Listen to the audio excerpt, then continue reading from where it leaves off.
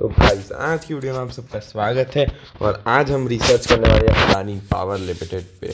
तो ये है एक प्राइवेट कंपनी और largest private thermal power producer in India. यहाँ पे बोर्ड में देख सकते हैं आप। ये है अडानी की कंपनी, ऑफ कोर्स नाम से ही पता चलता है आपको। सो ये है सबसे बड़ी थर्मल कंपनी। इसके पास अभी इंस्टॉल्ड कैपेसिटी है 14 गीगावाट के आजू बाजू अभी। और इसकी बहुत सारा एक्सपेंशन चालू है अभी भी। बहुत सारे इसके वो आ रहे हैं, देख सकते हैं आप इधर। 1.6 गीगावाट का एक प्लांट आ रहा है इधर, ठीक है। 1.6 गीगावाट का एक सुपर क्रिटिकल। इस पर पोल्यूशन कम होता है, मैंने इसके बारे में रिसर्च की थी। तो इस पर पोल्यूशन कम होता है, कुछ हाइड्रो पानी के साथ कुछ मिला के ना, तो पोल्यूशन कम हो जाता है इसमें। और एक 1.2 गीगावाट का पावर सप्लाई एग्रीमेंट वो भी किया है मध्य प्रदेश गवर्नमेंट के साथ। तो वही चीज़ है कि बहुत सारी चीज़ों में ये आगे है अभी। तो अपन मेन तो मैं आपको हाईलाइट कर देता हूँ अभी। 5% India's total power generation thermal power plant से, और 15% private sector thermal power producer. यही मेन चीज़ है इसकी। ये बहुत और आगे भी है कि आगे अपन देखें तो बहुत सारी चीज़ें इसकी दी हुई है। मैं इसका लिंक पिन कर दूंगा आपको, आप देख सकते हैं। और इसका फोकस है maximising and securing power sales long term power agreements के साथ। इसका मतलब यही होता है लॉन्ग टर्म पावर अग्रीमेंट्स का, कि आप कोई भी कंपनी के साथ है ना लॉन्ग टर्म के लिए, जैसे अबाव 5 ईयर्स और ऐसे आप अग्रीमेंट कर लेते हैं कि आपको ख़रीदना इतना पावर तो हम करेंगे, विच इज़ वेरी नाइस। और एक साल का इसका चार्ट देखिए आप, बहुत ज़्यादा रिटर्न है इसके एक साल में के चार्ट में ही। 139 लो, 560 नहीं वो ये रहा 132 लो, 590 हाई। किसको बोलते हैं इतना रिटर्न। और पीई देखिए इसका, अंडर वैल्यूड कंपनी है पीई, ये अंडर वैल्यूड है। 9 का पीई है इसमें। आरओसीई बहुत अच्छा है इसका, रिटर्न ऑन इक्विटी भी बहुत अच्छा है इसका। और हाइज और लोस देखिए आप, कितना फ़र्क है इन दोनों पे। 132 और इस पर डिविडेंड नहीं देती है कंपनी, तो आप डिविडेंड एक्सपेक्ट मत कीजिए। और मार्केट कैप पे एक बार फोकस डालिए, 2 लाख करोड़ का मार्केट कैप है इसका। बहुत अच्छी कंपनी है मतलब ये। तो वही चीज़ है। तो अपन देखें ऐसे तो इसमें इतना है। And let's go to now. हाँ, इसके प्रोज एंड कॉन्स भी पढ़ लेते हैं। कुछ हमें अब पढ़ लेना चाहिए वैसे। रिड्यूस डेप्ट बहुत अच्छी चीज़ है। गुड क्वार्टर इतना दिमाग नहीं लगा है। प्रॉफिट ग्रोथ बहुत अच्छी है, 41% CAGR which is nice. 5 years के उसमें 41% पर ईयर मिलता है इतना। 50% का ग्रोथ हो रहा है प्रॉफिट का पर ईयर। ROE भी अच्छा है, 3 साल का ROE है मिला के इतना। वही चीज़ है।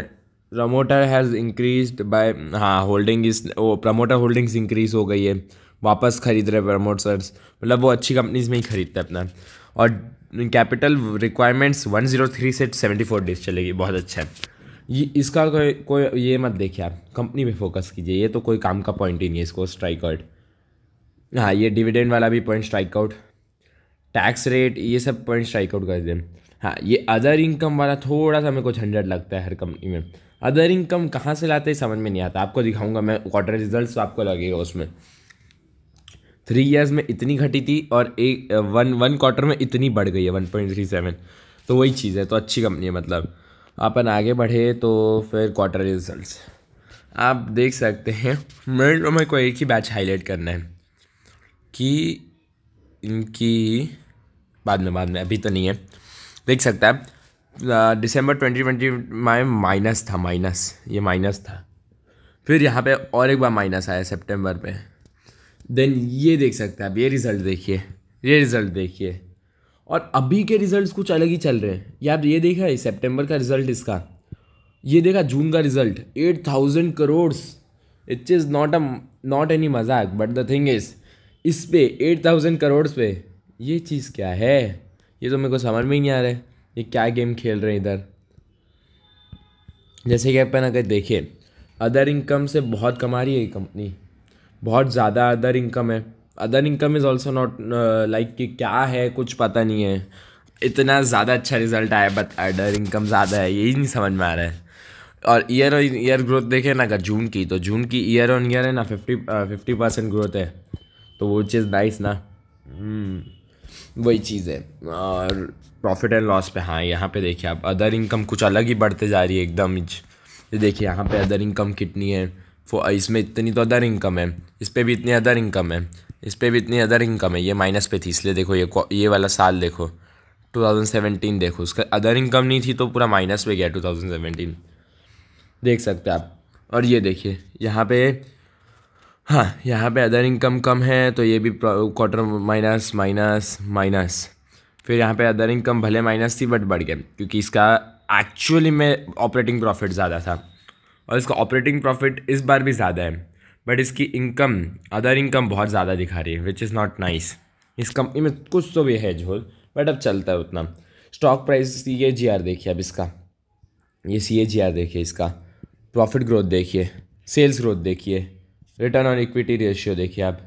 10 साल में इतना था, लास्ट साल इतना लाया वो, 5 ईयर्स में 24%, 3 ईयर्स में 34%, लास्ट ईयर में 45%, विच इज़ नाइस। बैलेंस शीट, हाँ बैलेंस शीट मेन होती है। बैलेंस शीट में सबसे मेन तो आप रिजर्व चेक कीजिए, बोरिंग्स चेक कीजिए इनकी, ठीक है, फिक्स्ड एसेट चेक कीजिए और इन्वेस्टमेंट्स चेक कीजिए। मेन यही सब चेक करना चाहिए अपन को, तो अपन यही सब चेक करेंगे।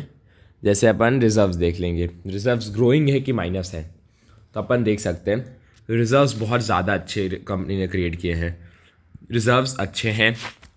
बोरोइंग्स कम हुई है इस क्वार्टर, तो बहुत अच्छा है। अगर रिजर्व्स बढ़ के बोरोइंग्स कम हो तो बहुत अच्छी चीज़ है। फिक्स्ड एसेट पे अपन एक बार नज़र डाल देंगे। ये कंपनी को मेन लैंड चाहिए, प्लांट एंड मशीनरी चाहिए, तो अपन देख सकते हैं एक year on year, quarter on quarter भी, ईयर ऑन ईयर भी अच्छा इंक्रीज़ है यहाँ पे। बिल्डिंग्स भी बढ़ी है इसकी, लैंड्स बढ़े हैं, बिल्डिंग्स बढ़ी है, प्लांट एंड मशीनरी बढ़ी है, इक्विपमेंट्स बढ़े हैं इसके, कंप्यूटर्स बढ़े हैं, फर्नीचर एंड फिटिंग्स हैं। उससे आपको कोई मतलब नहीं है, ये तो फालतू चीज़ है। रेलवे साइडिंग्स बढ़ गई है इसकी, एक व्हीकल्स इसके कम बढ़ गए हैं, एक टाइम पे बहुत ज़्यादा थे, एनीवेज रहने दो, इसको आप इग्नोर कर दो ये फिगर को। व्हीकल्स बढ़ गए। और इंटेंजिबल एसेट्स बढ़े हैं, नाइस। इंटेंजिबल मतलब जिसको छू नहीं सकते वो एसेट्स होते हैं, जिनको देख नहीं सकते और छू नहीं सकते वो एसेट्स होते हैं इंटेंजिबल। और फिर है इसका अदर एसेट्स भी देख लेते हैं। हाँ ये मेन होता है इसमें क्या आपको मेन देखना है, ये देखना है trades receivables, short term loans, main ये देखना है। ट्रेड रिसीवेबल्स कम हुए हैं, मतलब इनके पास पैसा इतना आना है, और अपन वही ऊपर जाके अगर देखें इस अदर लाइबिलिटीज़ में फिक्स्ड एसेट्स को बंद करके, तो ट्रेड पेबल्स और इसका रेशो अलग होना चाहिए। ट्रेड पेबल्स इतने हैं करोड़ में और ट्रेड रिसीवेबल्स इतने हैं, तो कंपनी में ना 6000 करोड़ का वो है इसके पास, एक वो कि जिनको पे करना है वो लेस है, और जिनसे लेना है रिसीव, रिसीव वो ज़्यादा है, तो विच is nice for the company. तो आप ये ग्रोथ अच्छी रहती है इससे कंपनी की, हमेशा ऐसे ही रहना चाहिए बैलेंस शीट। और बोरोइंग्स कम होनी चाहिए, बोरोइंग्स तो कम हुई है चलो इस क्वार्टर, वाह नाइस, मतलब ज़्यादा तो नहीं बट हाँ 6000 करोड़ यहाँ पे भी कम हो गया, 6000 करोड़ विच इज़ नाइस। बोरोइंग्स लेस होती है ना, तो ये कंपनी के लिए अच्छा रहता है, गुड फॉर द कंपनी। चलिए आगे बढ़ते हैं अपन कैश फ्लोज पे। कैश फ्लोज नेगेटिव हुए हैं इस बार बिकॉज ऑफ द ये ऑपरेटिंग एक्टिविटीज़ अभी कम है इसकी 2023 का, 2024 पे मेन मैटर करेगा आपके लिए सब। और इस टाइम इसके नेक्स्ट जो रिजल्ट्स हैं ना वो सबसे ज़्यादा मैटर करते हैं, नेक्स्ट रिजल्ट्स, क्योंकि वो होते हैं फाइनेंशियल ईयर एंडिंग रिजल्ट्स होते हैं वो, तो वो मेन मैटर करता है आपके लिए। रेशियोज, कैश कन्वर्जन साइकिल जितना कम होगी ये उतना कंपनी को ग्रोथ है, ग्रोथ लेस, ये जितना लेस होता है ना डेटर डेज उतना कंपनी को ग्रोथ है। कैश कन्वर्जन साइकिल लेस होनी चाहिए, क्योंकि कैश को कन्वर्ट करने में वापस कैश है जो कैश पे हो रहा है उसको कन्वर्ट करने में वापस कितना टाइम लग रहा है। कम से यहाँ से चार्ट हाई गया था, फिर वहाँ से इसको लो ला रहे हैं अभी, जो बहुत अच्छी चीज़ है। मतलब इसका चार्ट कुछ ऐसा बनेगा which is nice. Shareholding pattern अपन देख ही सकते हैं कि यहाँ पे 74% था, उन्होंने एक क्वार्टर में सीधा 4% डाइल्यूट किया था, 5% टू बी प्रिसाइज, और फिर उन्होंने 1% ऊपर लिया है, 1.7% के आजू बाजू, विच इज़ नाइस। FII ने होल्डिंग कम की है, not a great sign but holding कम की है, बट एक क्वार्टर में बहुत बढ़ाई भी ली थी ना, 6% growth is why like booming growth. DIA ने होल्डिंग बढ़ा ली अपनी। पब्लिक का तो इतना कोई वो नहीं है, मतलब अपन जाके सीधा इन्वेस्टर प्रेजेंटेशन देखते हैं इसका, ये रहा।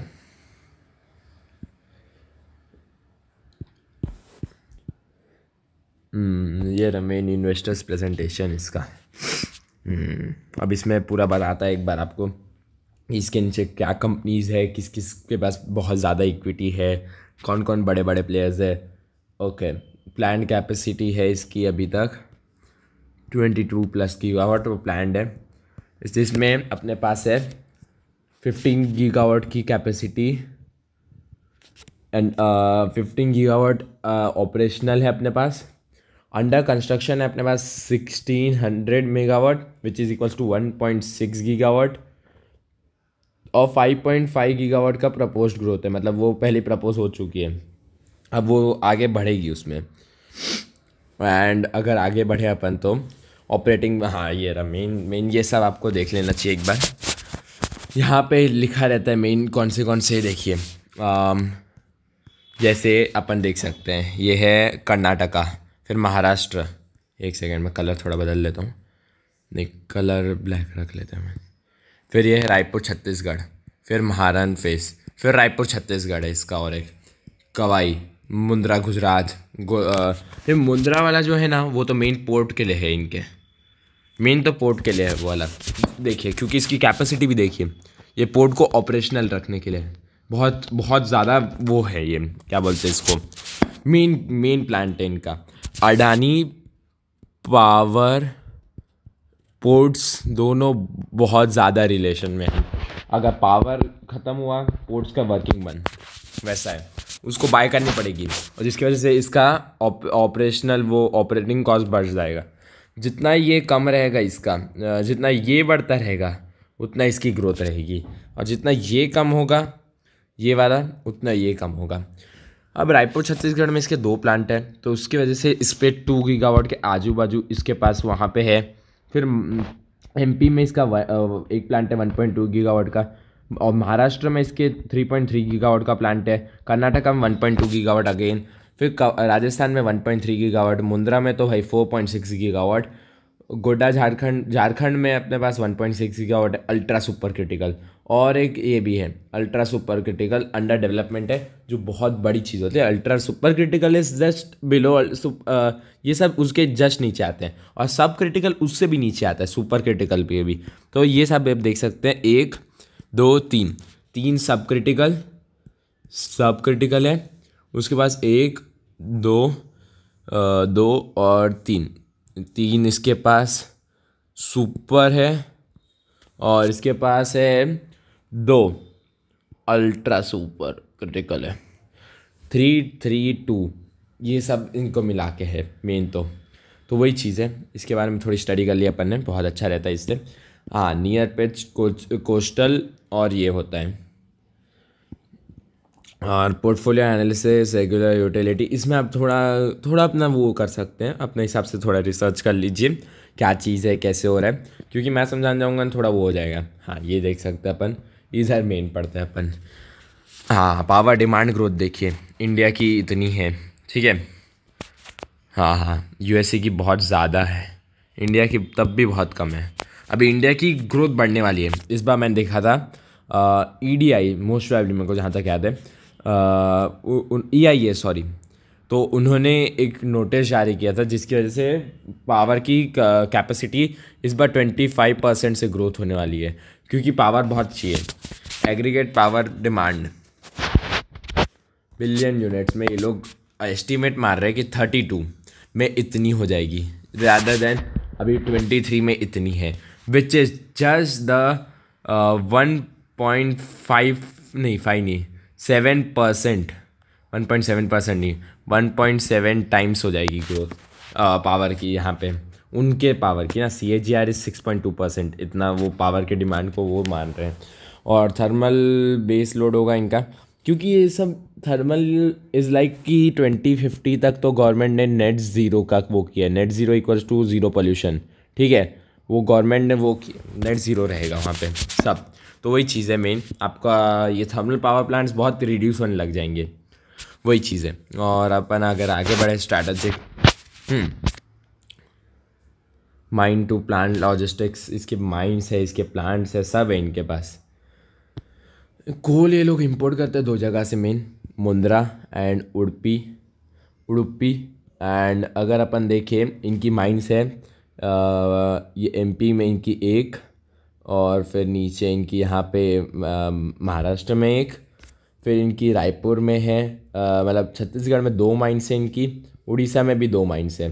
बहुत अच्छा है, माइंस खुद की हो ना तो ये लोग क्या कोल अपने आप ही वहाँ से ले सकते हैं, और उनको कोल की बार बार ज़रूरत नहीं पड़ती, तो वही चीज़ है। और इनके ये जो प्लांट्स हैं उन सब की डिटेल्स दी गई है यहाँ पे, आप एक बार स्क्रीनशॉट लेना है तो ले लीजिए। इसके ये प्लांट है 1 2 3 4 5 6 7 8 ये यहाँ पे दिए हुए हैं आपको, आप देख सकते हैं इधर आपको चाहिए तो।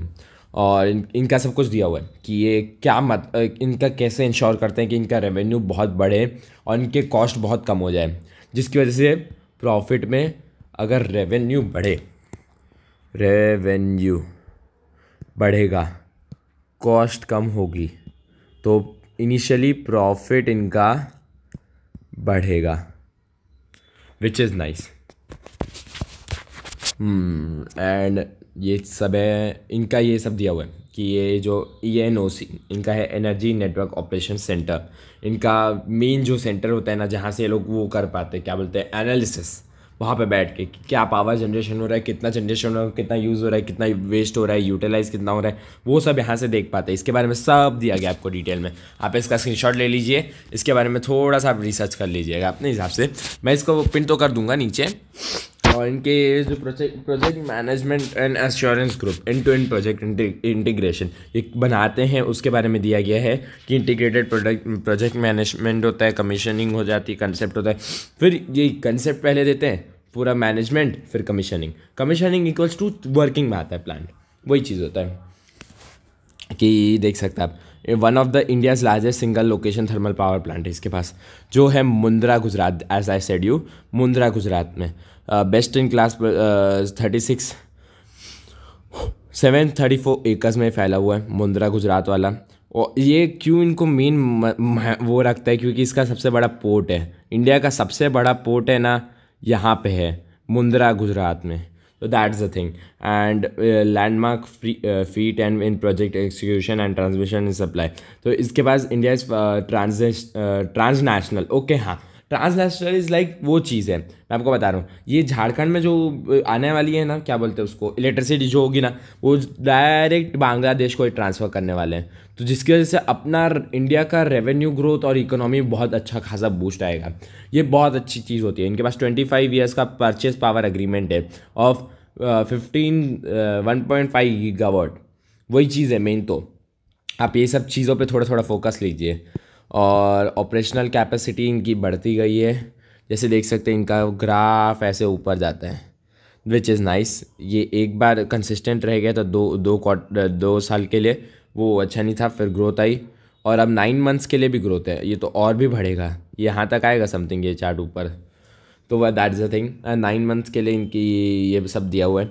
आपकी सेल्स देख सकते हैं, सेल्स इस बार ऊपर जा रही है वापस, इनका चार्ट देख सकते हैं, यहाँ से ऐसे गया, फिर डिक्लाइन हुआ यहाँ तक, अब फिर इंक्रीज़ होने पे उस पर, तो विच इज़ नाइस। आप अभी इन्वेस्ट करने के लिए देख सकते हैं, this is the main place where you can invest right now.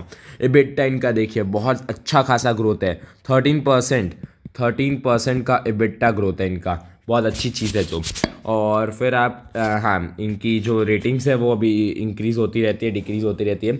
मेरे को जहाँ तक याद है इसकी इंक्रीज़ हो चुके हैं रेटिंग शायद, ये तो पुराना वाला है PDF, अभी नया PDF तो अभी आएगा आफ्टर मार्च, तो वही मेन चीज़ है अभी। हाँ, इतना मैं प्रेजेंटेशन ख़त्म, आपको मैं प्रेजेंटेशन पिन कर दूंगा, आपको पढ़ना हो तो पढ़ सकते हैं। Let's do a better research about इसके टेक्निकल्स ऑल्सो। तो आप देख सकते हैं अडानी पावर पे मल्टी ईयर ब्रेकआउट आया था। कहाँ पे आया था मल्टी ईयर ब्रेकआउट आपका? ये आया था आपका मार्च पे, 28 मार्च 2022 पे। देख सकते हैं आप यहाँ पे एकदम स्टार्टिंग में था, फिर डाउन, कितना down you can expected bro, बाप रे कितना नीचे गया था पता है आपको? 15 रुपये का शेयर था। अगर आप 2018 में बाय करते इसको, 15 रुपये का, लिटरल 15 रुपये, 15 रुपीज़, डजेंट इवन मैटर। और 15 रुपये का शेयर आज 559 पे ट्रेड कर रहा है विद इन 5 ईयर्स। कितना रिटर्न होता है ये, आप डिवाइड करके देख लीजिए। It's more than what you says 4,000% return. किसको बोलते हैं bro? Wow, nice, that's why I like this company very much. और यहाँ पे इसका मल्टी ईयर ब्रेकआउट आया था, जैसे कि आप देख सकते हैं इधर मल्टी ईयर ब्रेकआउट आया इसका, बट वहाँ के बाद इसको फिर से रिजेक्शन मिला इधर कहीं। तो यहाँ पे फिर उसने ना अपना वही सपोर्ट लिया, और सपोर्ट के बाद तो पूरा ग्रोथ आप देख ही सकते हैं। यहाँ से सीधा यहाँ पे विच इज़ इक्वल्स टू 130 से सीधा 559, वो भी आप देख लीजिए 130 से 559 कितना होता है। और दिस इज़ लाइक 2023 के बाद की ग्रोथ। 2023 ये यहाँ पे आया था फेब में आया था, लो 1 साल पहले, और अभी कितनी ग्रोथ है कंपनी में 1 साल के अंदर, कितनी ग्रोथ आप देखिए वो कंपनी में। That's why this is the thing, that's why I think so. अभी ये मेरे को लग रहा है ये फिर से ना यहाँ तक टेस्ट करने आएगा शायद, मेरे हिसाब से अडानी पावर 450 के आजू बाजू मैक्स नीचे टेस्ट करने आएगा 100 रुपये। और अदरवाइज़ ये एक पैटर्न बना के मेरे को लग रहा है ये सीधा क्या बोलते हैं बुलिश फ्लैग बनाएगा यहाँ पे, ऐसे कंसोलिडेशन देगा और या बाद में ब्रेकआउट दे देगा। यहाँ पे ब्रेकआउट आएगा और फिर सीधा 900 रुपये ही है। मेरे हिसाब से तो बहुत ज़्यादा ही सही लग रहा है मेरे को अडानी पावर रिसर्च के हिसाब से। मैं तो इस पर इन्वेस्ट कर चुका हूँ, मैंने इसके बहुत सारे शेयर्स रख चुके हैं। मैं आपको भी बोल रहा हूँ इन्वेस्ट कर लीजिए, मेरा भी अभी इन्वेस्टमेंट हुआ है। तो this is not a wrong place to invest here. मैं खुद इन्वेस्टमेंट किया, उसके लिए आपको प्रॉमिस की थी एक वीडियो लार्जेस्ट प्राइवेट प्लेयर पे थर्मल के, तो मैंने आपको वही दिया Adani power. It's trading around 560 rupees, you can buy it right now. Keep the target of 900 rupees on long term which will surely be achieved. तो आप देख सकते हैं कंपनी की बहुत अच्छी ग्रोथ रही है ज़िंदगी में, इसलिए मैंने आपको रिकमेंड कर दी। तो आप जाके देख लीजिए। तब तक मिलते हैं नेक्स्ट वीडियो में, तब मैं एक और अच्छे अडानी की पोर्ट्स की रिसर्च करके बताऊंगा, क्योंकि पोर्ट्स इससे इंटरकनेक्टेड है। तो पोर्ट्स की रिसर्च करते हैं अपन नेक्स्ट वीडियो में। तब तक के लिए बाय बाय गाइस।